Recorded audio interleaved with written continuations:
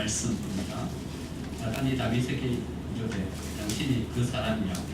이스라엘의 하나님 여호와께서 이같이 이르시기를 내가 너를 이스라엘 왕으로 기름 붓기 위하여 너를 사울의 손에서 구원하고 내 주인의 집을 내게 주고 내 주인의 아내들을 내게 주고 이스라엘과 유다 족속을 내게 맡겼느니라. 만일 그것이 부족하였을 것 같으면 내가 내게 이것저것을 더 주었으리라. 그러한 때 어찌하여 내가 여호와의 말씀을 없이 여기고 나보기에 악을 행하였느냐. 내가 칼로 햇사람 우리압을 치되 암몬 자손의 칼로 죽이고 그의 아내를 빼앗아 내 아내로 삼았도다. 이제 내가 나를 업신여기고 햇사람 우리아의 아내를 빼앗아 내 아내로 삼았은지 칼이 내 집에서 영원토록 떠나지 아니하리라 하셨고 여호와께서 또 이같이 이르시기를 보라 내가 너와 내 집에 재앙을 일으키고 내가 내 눈앞에서 내 아내를 빼앗아 내 이웃들에게 주리니 그 사람들이 내 아내와 더불어 백주에 동침하리라. 너는 은밀히 행하였으나 나는 온 이스라엘 앞에서 백주에 이 일을 행하리라 하셨나이다. 다윗이 나단에게 이르되 내가 여호와께 죄를 범하였노라 하며 나단이 다윗에게 말하되 여호와께서도 당신의 죄를 사하셨나니 당신이 죽지 아니하려니와 이 일로 말미암아 여호와의 원수가 크게 비방할 거리를 얻게 하였으니 당신이 낳은 아이가 반드시 죽으리이다. 나단이 자기 집으로 돌아가니라. 아멘. 우리는 우리의 삶이 항상 안전하게 살아가기를 원합니다. 우리가 항상 최고의 컨디션을 가지고 우리가 어떤 일을 선택하고 판단하고 우리의 삶 앞에 큰 무리가 없이 우리의 삶이 무난히 이루어지기를 소망합니다. 그런데 우리의 발행과는 달리 우리의 삶 앞에는 항상 어려움이 닥치게 되고 우리의 삶은 위기에 봉착하게 되는 경우를 종종 경험하게 됩니다. 내가 어찌 이런 판단을 했을까 싶을 판단을 하게 되고 내가 어찌 이것을 선택했을까 싶은 선택을 가지고 서게 되게 하는 것입니다. 누구나 다 실수할 수 있고 누구나 다 넘어질 수 있습니다. 그러니까 주위에 있는 사람들 넘어지고 실수한 것 가지고요 너무 날 세우지 마세요. 왜냐하면 나도 그래 넘어져요. 다른 사람들이 잘못 선택하고 잘못된 자리에 선 것 가지고 너무 비판하지 마세요. 곧 나도 언제 그런 자리에 세워져서 잘못된 생각을 가지고 잘못된 선택을 가지고 서게 될지 모르기 때문에 그렇습니다. 여러분 우리는 주위에 있는 사람들을 믿으면 안 돼요. 믿을 수 없는 존재들이에요. 그와 똑같이요 우리 자신도 믿으면 안 돼요. 주위에 있는 사람들과 똑같아요. 주위에 있는 사람들이 믿을 수 없는 존재인데 나는 믿을 수 있는 존재입니까? 나도 똑같이 믿을 수 없는 존재예요. 언제 연약함을 가지고 설지 언제 실수하고 언제 수렁에 빠질지 모르는 그런 존재인 것입니다. 누구나 실수할 수 있고 누구나 넘어질 수 있는 존재라면요 우리가 안 넘어지려고 애쓰는 것도 중요해요. 우리가 수렁에 안 빠지려고 애쓰는 것도 중요해요.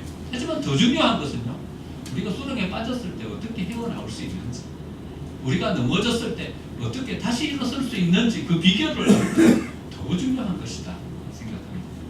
오늘 본문을 통해서 다윗은 어떻게 수렁에서 헤어나올 수 있었는지 어떻게 그 넘어짐의 자리에서 다시 일어설 수 있었는지를 한번 찾아보려고 합니다. 다윗은요 하나님 앞에 큰 은혜를 누린 사람이었습니다. 하나님은 다윗에게 모든 것을 다 허락해주고 계십니다. 무엇을 하든지 승리하게 해주십니다. 그가 마음속에 어떤 비전을 가지고 서면요 그 꿈이 이루어지게 해주십니다. 그가 전쟁터에 나아가면요 그 전쟁에서 승리할 수 있도록 인도해 주십니다. 그가 난관에 봉착하면요 그 모든 환경과 여건을 헤쳐갈 수 있는 힘을 주시고요 환경도 새롭게 바꾸어 주십니다. 하나님이 다윗이 나아가는 그 길을 예비하시고 나아가는 곳마다 승리하게 하시고 나아가는 곳마다 이길 수 있게 그래 만들어 주십니다. 여러분 다윗이 이렇게 승리의 삶을 살아갈 수 있었던 이유는요 우리가 지난주에 한번 생각해 본 대로 다윗의 신앙의 안목 때문이었습니다. 하나님이 나에게 승리를 주십니다. 하나님의 손에서 나오는 그 능력과 그 힘으로 내가 이기는 것이다. 이것을 바라볼 수 있는 안목이 다윗에게 있었던 것이죠. 여러분 그렇습니까? 하나님의 손이 우리를 이기게 해주십니까? 그렇습니다. 그때 한번 신앙 고백하면서 옆에 계신 분들에게 한번 이렇게 인사 나누어 볼까요? 하나님의 손이 우리를 이기게 해주십니다. 하나님의 손이 우리를 이기게 해주십니다. 네. 여러분 누가 이기게 해주십니까? 하나님의 손이. 하나님의 손에서 나오는 그 능력으로, 하나님의 손에서 나오는 그 권능으로 우리가 이기고 승리하는 백성으로 서게 되는 것입니다.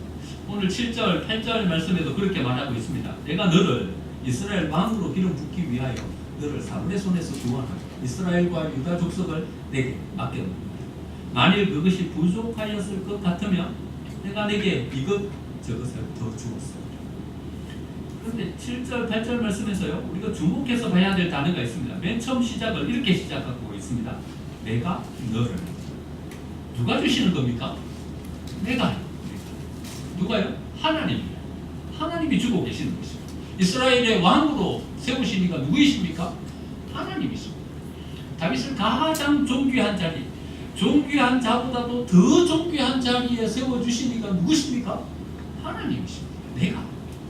하나님이 세웁니다. 다윗에게 모든 것을 허락해 주십니다. 만약에 이것이 부족하였을 것 같으면 이것저것을 더 주었으리라. 누가 주십니까? 모든 사람들이 가진 것보다도 더 풍성한 것을 주시는 이가 누구십니까? 하나님. 하나님의 손에서 나오는 그 권능으로 이기게 해주셨고요. 하나님이 다윗에게 허락해 주심으로 모든 것을 누리며 살아갈 수 있게 되었다는 것입니다.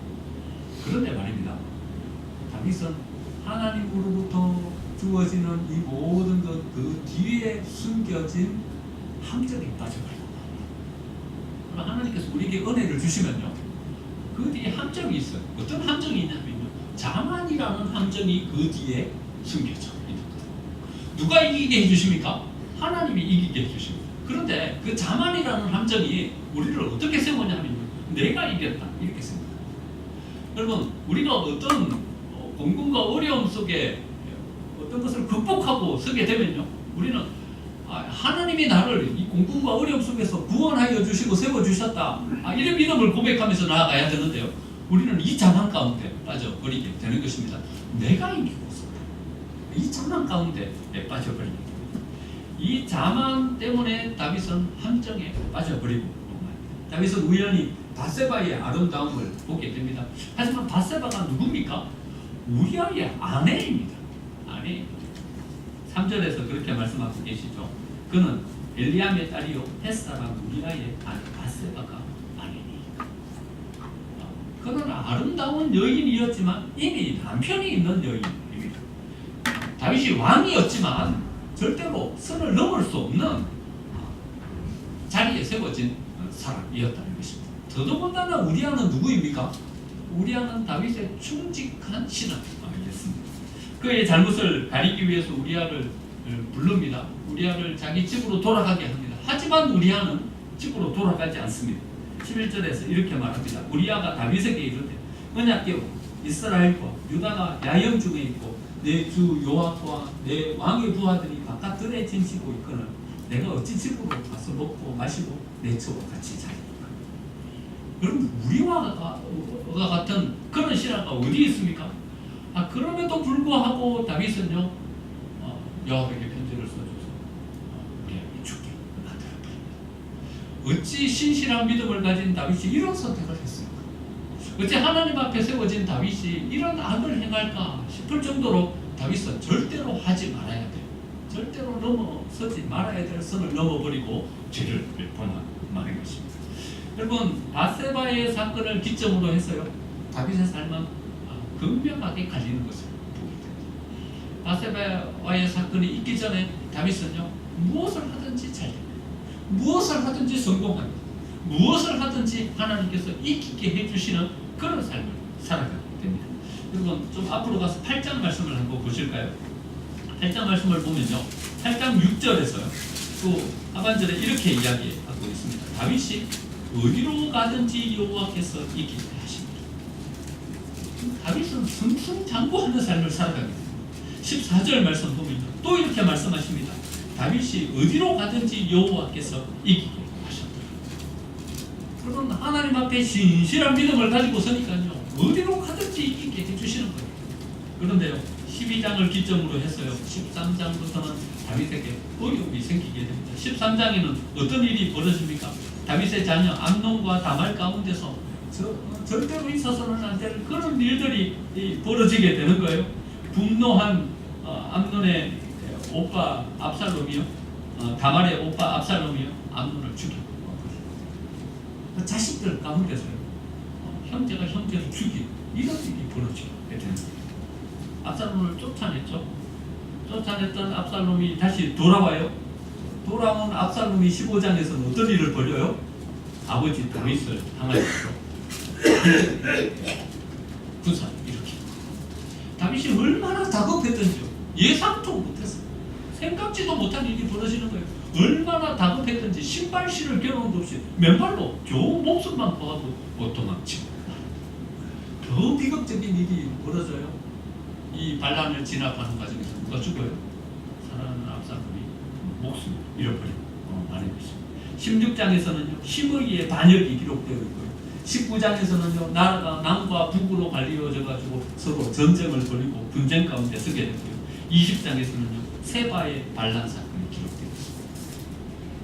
여러분, 바세바의 사건을 기점으로 해서 승승장구하며 나아가던 다윗의 삶이요, 내리막길로 치닫게 되는 것입니다. 하는 일이 되는 게 하나도 없어요. 모든 일은 다 좌절과 절망 가운데 세워지게 됩니다. 여러분, 언제가 우리 인생의 위기입니까? 언제가 우리의 인생의 절망의 때입니까? 여러분, 광야의 때입니까? 여러분, 우리는 광야의 때라고 생각합니다.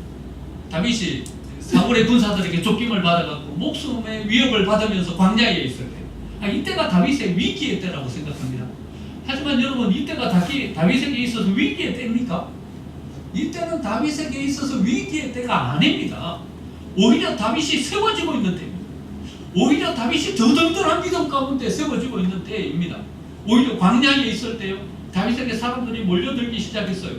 광야에 있었는데 다윗에게로 600명이나 되는 사람들이 몰려들었어요. 든든한 지지 기반을 가지고 세워지는 때였습니다. 당장 먹을 것을 생각해야 되고요, 당장 잘 때를 찾아야 되는 광야였지만 말입니다. 하지만 그 광야의 때에 오히려 다윗은 기반을 가지고 하나하나 세워집니다. 여러분, 그가 얼마나 뛰어난 영성을 가지고 있었습니까? 그 광야의 때에 다윗이 기록한 시편을 보십시오. 그가 어떻게 뜨거운 가슴으로 하나님을 만났는지가 고스란히 시편에 기록되어 있습니다. 하지만 다윗의 위기는요, 오히려 안정된 시기에 찾아옵니다. 위기는요, 위기 같지 않은 모습을 가지고 우리를 찾아오기 때문에 우리는 그 위기 앞에 속수무책으로 넘어지는 것입니다. 위기가요, 쾌락과 즐거움의 모습을 가지고 우리를 찾아오는 거예요. 그래서 그 위기가 위기인 줄 모르고 덥석 붙잡았다가 우리는 그 함정 수렁 속에 빠져들게 되는 것입니다. 여러분, 만약에 다윗이 이 바세바와의 사건, 이것이 수렁인 줄 알았더라면 여기에 빠졌겠습니까? 그 뒤에 압살롬을 잃고 암논을 잃어버릴 것이라는 것을 다윗이 알았더라면, 남북으로 분열되고 세바와 모든 반역의 세력들이 일어나서 그가 위태로울 줄 알았더라면, 여러분, 그 수렁에 걸어 들어갔겠습니까? 위기는요, 항상 우리가 생각하지 못한 때에 생각하지 않은 모습을 가지고 우리를 찾아오기 때문에 우리는 그 수렁에 빠지게 되는 것입니다. 여러분, 무엇을 가졌을 때 조심해야 하는 것입니다. 무엇을 이루었을 때 우리는 조심해서 다시 하나님 앞에 세워가야 하는 것입니다. 성공했을 때 그 뒤에 숨겨진 자망, 그 수렁에 빠지지 않도록 우리의 삶을 세워갈 수 있어야 하는 것입니다. 여러분, 무엇이 회복입니까? 위기가 무엇인지 알면 우리는 어떻게 해야 우리가 회복해 갈 수 있는지를 찾아갈 수 있게 되는 것입니다. 여러분, 뭐가 위기였습니까? 여러분, 뭐가 위기였었냐 하면요, 하나님의 말씀을 잃어버린 것이 위기였습니다. 나단이 이렇게 책망하면서 이야기하고 있지 않습니까? 9절 말씀 보니까요, 이렇게 이야기해요. 내가 여호와의 말씀을 업신여기고 나보기 악을 행하였다. 어떻게 위기가 찾아왔습니까? 말씀을 업신여기고 섰으니까 그 앞에 위기가 찾아왔습니다. 여러분, 말씀을 업신여기고 선 것이 뭐였습니까? 10절 말씀은 이렇게 이야기합니다. 이제 내가 나를 업신여기고 말씀을 업신여기고 서는 것이 곧 뭘 업신여기고 서는 것입니까? 하나님을 업신여기고 서는 것이었어요. 그러니까 상황이 모든 것이 안정된 상태, 모든 지지 기반 위에 든든하게 세워져서 이제는 전쟁을 하러 나가지 않아도 되는 그 모든 평화를 누리게 되었을 때 오히려 위기가 찾아왔습니다. 그가 말씀을 잃어버립니다. 하나님의 말씀을 업신여기고 하나님을 업신여기는 자리에 세워지니까 오히려 그가 위기 가운데 서게 되는 것입니다. 수렁 가운데 빠지게 되는 것입니다.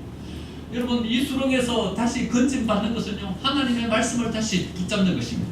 여러분, 나단 선지자가 그의 앞에 섰을 때 그는 하나님의 말씀을 다시 회복하고 말씀을 붙잡고 서게 되는 것입니다. 오늘 말씀에서는 13절에 간단하게 기록되어 있습니다. 내가 여호와께 죄를 범하였노라. 이렇게 한 문장으로 간단하게 나와 있습니다. 하지만 시편 51편에 보면요, 다윗이 얼마나 간절한 마음으로 하나님 앞에 섰고 그가 회개하였는지가 자세하게 기록되어 있습니다. 51편 말씀을 간단하게 소개하면 이렇습니다. 나는 내 죄가를 나오니 내 죄가 항상 내 앞에 있다. 내가 주께만 범죄하여 주의 목전에서 악을 행하였사오니 구슬초로 나를 정결하게 하소서. 내가 정하니 나의 죄를 씻어주소서. 내가 누구보다 희니 하나님이여 내 속에 정한 마음을 창조하시고 내 안에 정직한 정을 새롭게 하소서. 나를 주의 앞에서 쫓아내지 마시며 주의 성령을 내게서 거두지 마소서. 하나님이여 나의 구원의 하나님이여 피 흘린 죄에서 나를 구원하소서. 다윗은요, 하나님의 말씀 앞에서 철저하게 무릎 꿇고 회개하면서 나아가는 것입니다. 여러분, 다윗이 나단 선지자의 이 지적 앞에 이렇게 회개하며 나아갈 수 있었던 이유는요, 여러분, 나단 선지자를 넘어섰기 때문에 다윗은 그 뒤에 계신 하나님을 발견할 수 있었습니다. 나단 선지자는요, 그러한 행색의 시골의 선지자에 불과한 사람이었습니다. 다윗은 왕이었습니다. 다윗과 나단 선지자를 비교하면요, 다윗이 나단 선지자 앞에 어찌 무릎 꿇습니까? 나단 선지자 앞에 어떻게 나아갈 수 있겠습니까? 우리가 하나님 말씀 앞에 무릎 꿇지 못하는 이유는요, 이 이유 때문인 거예요. 내가 나단 앞에 무릎 꿇는다 이래 생각하기 때문에 하나님의 말씀 앞에 무릎 꿇지 못하는 것입니다. 여러분, 나단 앞에 무릎 꿇는 것입니까? 나단 앞에 무릎 꿇는 것이 아닙니다. 하나님의 말씀 앞에 무릎 꿇는 것입니다. 여러분, 우리가 이것을 잘 구분하면 좋아요. 내가 하나님의 말씀에 대한 어떤 업신여기는 마음을 가지고 있는가? 여러분, 이것은 잘 점검해야 하는 것입니다. 하나님의 말씀을 업신여기는 사람은요, 반드시 나단도 업신여기게 되어 있는 것입니다. 하지만 나단의 여러 가지 모습은 내가 그래 생각하지만 나는 하나님의 말씀 앞에서는 그래도 구복할 수 있다. 이 믿음을 가졌다면 우리는 그래도 가능성이 있게 되는 것입니다. 여러분, 나단의 유혹으로부터 우리는 우리 스스로를 극복할 수 있어야 합니다. 여러분, 나단이 어떤 모습을 가지고 섭니까? 누더기 옷을 입고 서는 것입니다. 여러분, 나단이 입고 있는 누더기 옷의 유혹을 이길 수 있어야 합니다. 나단, 그는 허름한 행색을 가지고 설 수밖에 없는 존재입니다. 그에게는 심한 악취가 났을지도 모릅니다. 여러분, 시대가 청동기 시대이면 제대로 목욕이나 하고 섰겠습니까? 그러니까 다윗 앞에서, 나단 앞에서 아마 냄새가 났을지도 모릅니다. 여러분, 나단에게서 나는 냄새를 극복할 수 있어요. 나단에게서 가지는 그 허름한 행색, 그것을 극복할 수 있어야 합니다. 허름한 행색을 보고서 우리가 그를 거부해버립니다. 그에게서 나는 냄새 때문에 우리가 그를 거부해버리면요, 우리는 하나님의 말씀 앞에서 우리를 다시 세워갈 수 있는 기회를 놓쳐버리고 하는 것입니다. 여러분, 다윗이 참 용기 있는 사람인 거죠.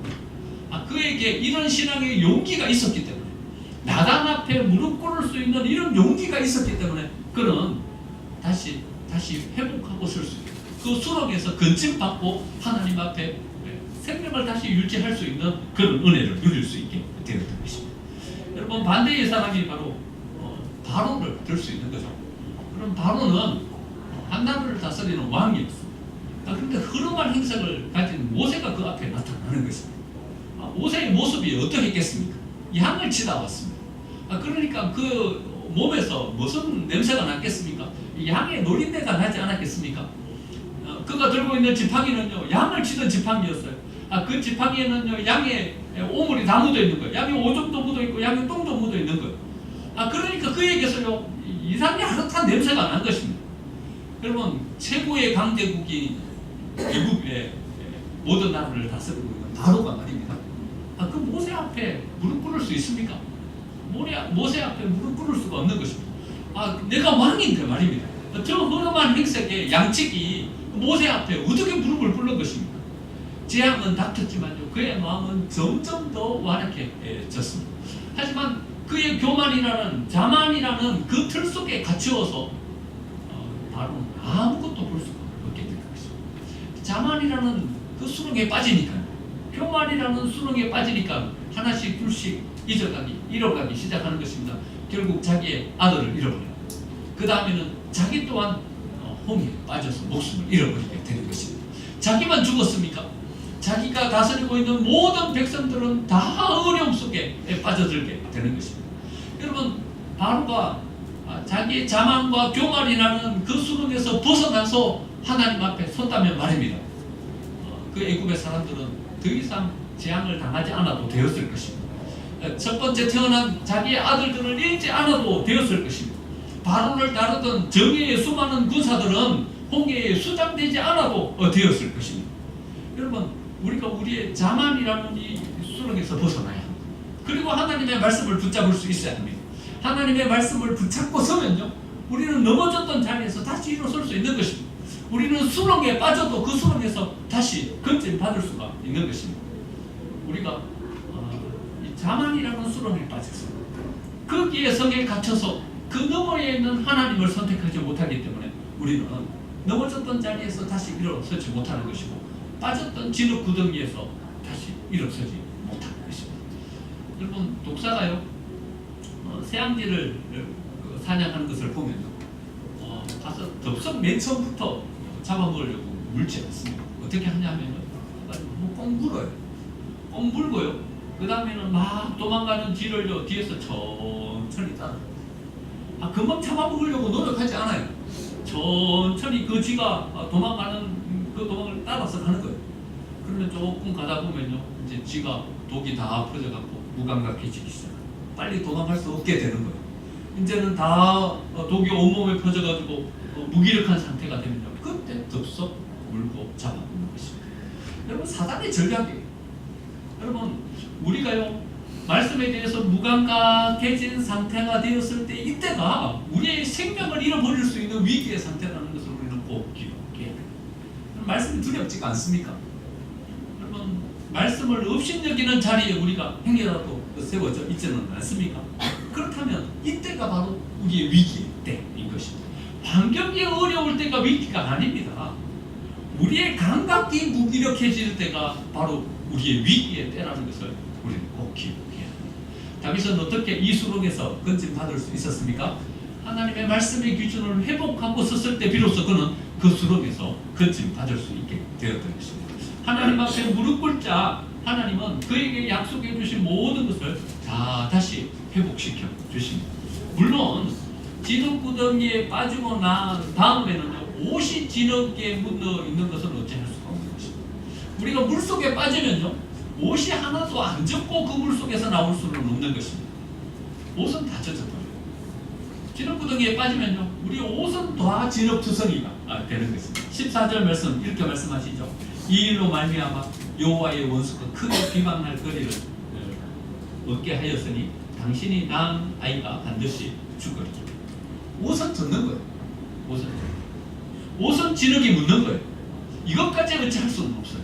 하지만 우리는 생명을 구원할 수는 있어요.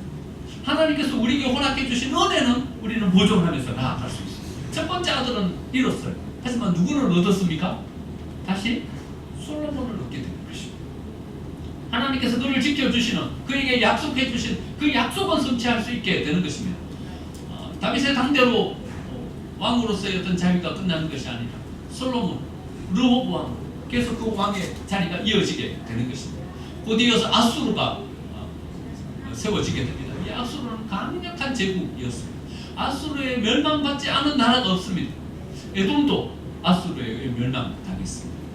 북이스라엘, 모압과 암몬도 아수르에 의해서 다 멸망당했습니다. 그런데 유다는 하나님께서 그 아수르의 진공 가운데서 지켜주십니다. 이때 왕이 누굽니까? 히스기야. 이때의 선지자가 누굽니까? 이사야 선지자가 세워집니다. 하나님께서 왜 이때에 믿음 좋은 히스기야를 왕으로 세우셨습니까? 왜 이때에 길잡이가 되는 이사야 선지자를 세워주셨습니까? 다윗의 그 왕조를 지켜주시기 위해서요. 다윗에게 약속해 주신 그 약속을 하나님께서 보존하고 그 은혜를 지켜주시기 위해서 히스기야를 세우고 이사야를 세워서 그 아수르의 협공으로부터 그 나라를 지켜주시게 되는 것입니다. 그뿐입니까? 다윗의 그 왕조를 통해서 인류를 구원할 예수 그리스도가 이 땅에 태어나시지 않습니까? 아브라함과 다윗의 자손. 여러분, 이 말씀이 여기에 들어갔다는 게 얼마나 소중한 말씀입니까? 아브라함과 히스기야의 자손이 아닙니다. 아브라함과 모세의 자손이 아닙니다. 누구의 자손요? 아브라함과 다윗의 자손 예수 그리스도입니다. 그럼 하나님께서 그에게 약속해 주신 모든 약속이 다 지켜지지 않습니까? 왜 지켜집니까? 그가 말씀을 붙잡고 다시 회복했기 때문에, 그 수렁에서 다시 건진 받았기 때문에 하나님께서 그 다윗에게 허락해 주신 모든 약속과 은혜가 보존될 수 있었던 것입니다. 여러분, 어느 때가 위기입니까? 광야가 위기입니까? 광야는 위기가 아닙니다. 무엇이 수렁입니까? 경제적으로 좀 어렵고 환경이 어려운 것, 그것이 수렁입니까? 그것은 수렁이 아닙니다. 오히려 연단되어서 우리는 더 든든하게 세워지게 될 것입니다. 언제가 수렁입니까? 말씀을 잃어버릴 때가 수렁인 것입니다. 어느 때가 위험합니까? 말씀에 대해서 무감각해졌을 때, 그때가 우리의 생명을 잃어버릴 수 있는 위기 때인 것입니다. 어떻게 그 수렁에서 건진받을 수 있습니까? 말씀을 붙잡고 설 때 우리는 다시 그 수렁에서 건진받을 수 있게 되는 것입니다. 여러분, 우리는 다 넘어질 수 있습니다. 우리는 다윗처럼 다 수렁에 빠질 수 있습니다.